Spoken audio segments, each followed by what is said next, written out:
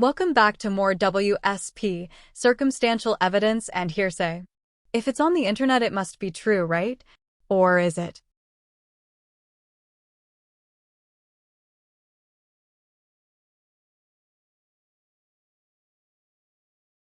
I'll get back to duplicate photos in a second.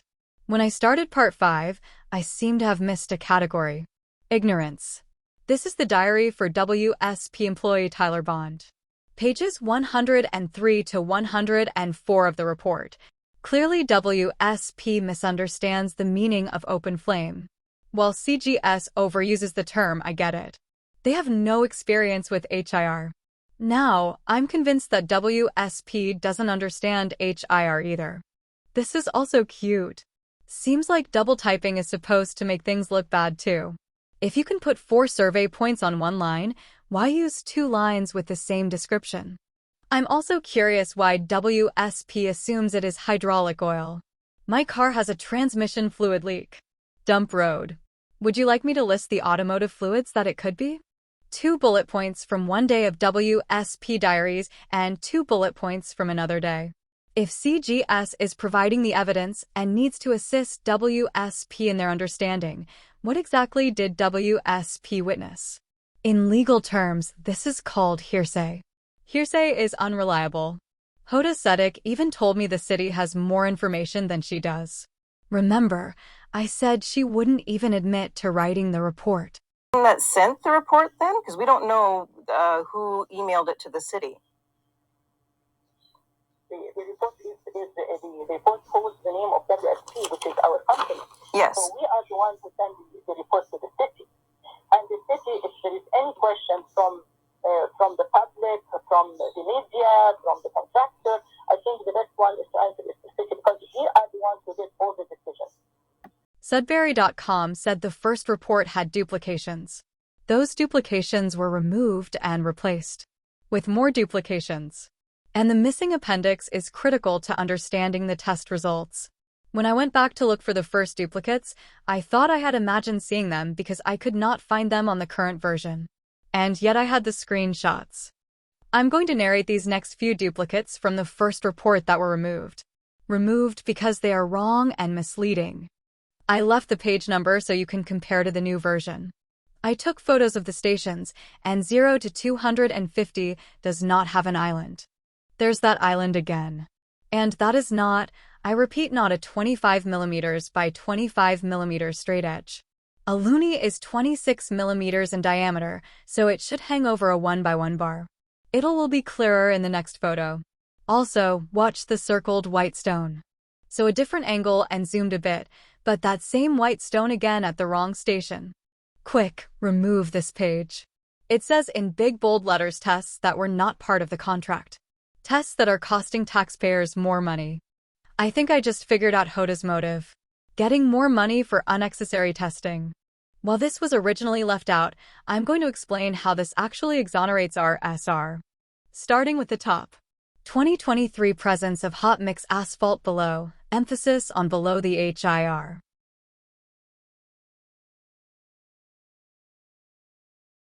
Our SR was recycling 100% existing material. Existing meaning what the previous contractor left. Would dropped the ball on the presence of hot mix asphalt.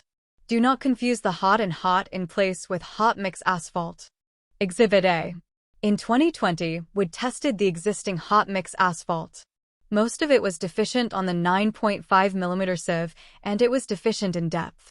David Shelsted told the media the city estimates a pavement thickness of 90 to 140 millimeters. I'm curious as to what that estimate is based on. Remember when I covered that footnote on selecting the right roads? I underlined pavement history? This was also in the media. While half correct, the Kingsway was rehabilitated in the mid-2000s. I found the original tender dated 2006. 2006 is mid-2000s. And I also found articles that the construction spanned over a couple of years. Much like Maley Drive, the city required federal funding. However, the work was from Falcon Bridge to the bypass, not 2nd Avenue. It appears neither the city nor WSP did the required homework. How are there 2 cores at the same station? The diary suggests there was only one good one. So, this is a cool trick. They took 2 cores from Station 3 plus 550 and one broke. The good one started at 120 millimeters. Maybe? Note the asterisk at the bottom. You are a professional and you could not discern. Fancy word for not being able to tell the difference between the HIR on the top and the HMA, hot mix asphalt on the lower lift. At some point between the Kingsway and the Mackenzie lab, the core gained 4 millimeters in depth.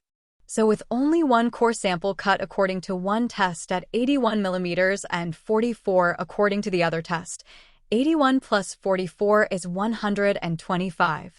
I see what happened. They must have been set beside each other. The 72 millimeters core ended up as 71 millimeters in the test. I guess 1 millimeter defected to the other side. So, once again with errors and inconsistencies, what does this prove? The AC content in the existing asphalt is low. No surprise there. Isn't that why they are attempting to rejuvenate it? Why is there no number for the sieves? 1 core, 2 sets of numbers.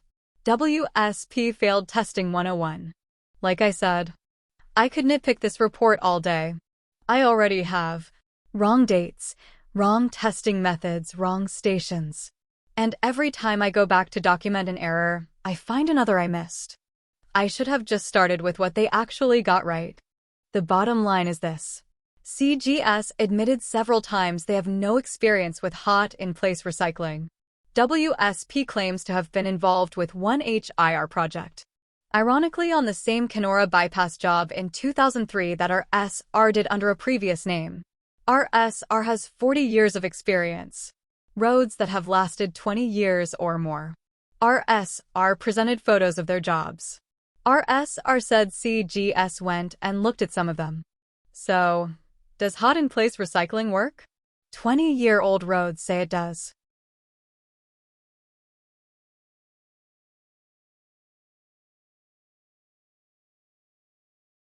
You heard Rob say that some of the engineering staff went and looked at these roads? They did.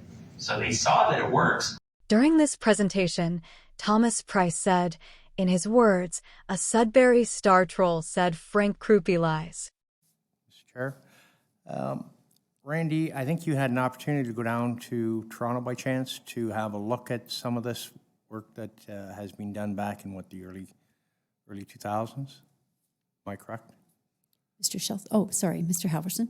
Through you, Madam Chair, yes, I did earlier this summer have a look with Robert, I believe it's Robert Bowerman. Councillor Duke.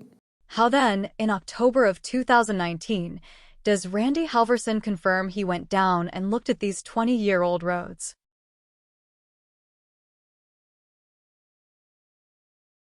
To next steps, we're going to be retaining a geotechnical engineer, and what they're going to help us is identify the appropriate road segments for pavement condition. Staff have this expertise, but we're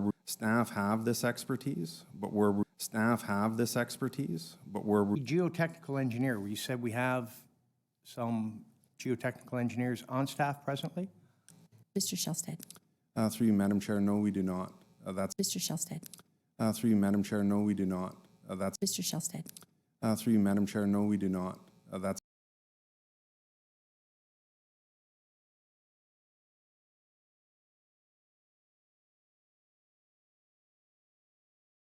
There's so much more information where I could prove the city is lying. Frank Krupe has repeatedly stated he doesn't want to sue the city. He just wants to finish the job and prove that it will work in Sudbury. While looking for Dowran's lawsuit against the city over the Maley Drive work, I stumbled on this. Though it's not about road work, it is about staff being bullies and the city allowing it. It's about court costs that cost taxpayers money. This pilot project falls into the same category. Bullies and costing taxpayers money. I'm so glad that city mayor and council gave themselves a pat on the back for acknowledging climate change. But their commitment to reducing greenhouse gases has failed and will continue to fail. I am so done with this sham of a report. The road speaks for itself. But for the damages caused directly by the city poking holes in it, it looks and feels a lot better than other roads done in 2023. There was no technical reason to stop the pilot project. There was a personal one, though. I hope I have managed to convince people that this fiasco was set up. We were lied to again. Ask the people you elected to represent you to watch these videos. Or, sit back and enjoy the only ride in town that won't wreck your car. Just know that in order to get to it, you will wreck your car on our existing roads. Please watch my Sudbury snow removal video. City staff are out of control. Pioneer is out of control. Open your eyes and close your wallets. Frank Krupe said the engineering department doesn't care about the environment. He's right. But City Council doesn't care about the environment either. Doesn't care about driving conditions either. Doesn't care about your children. They set the policies.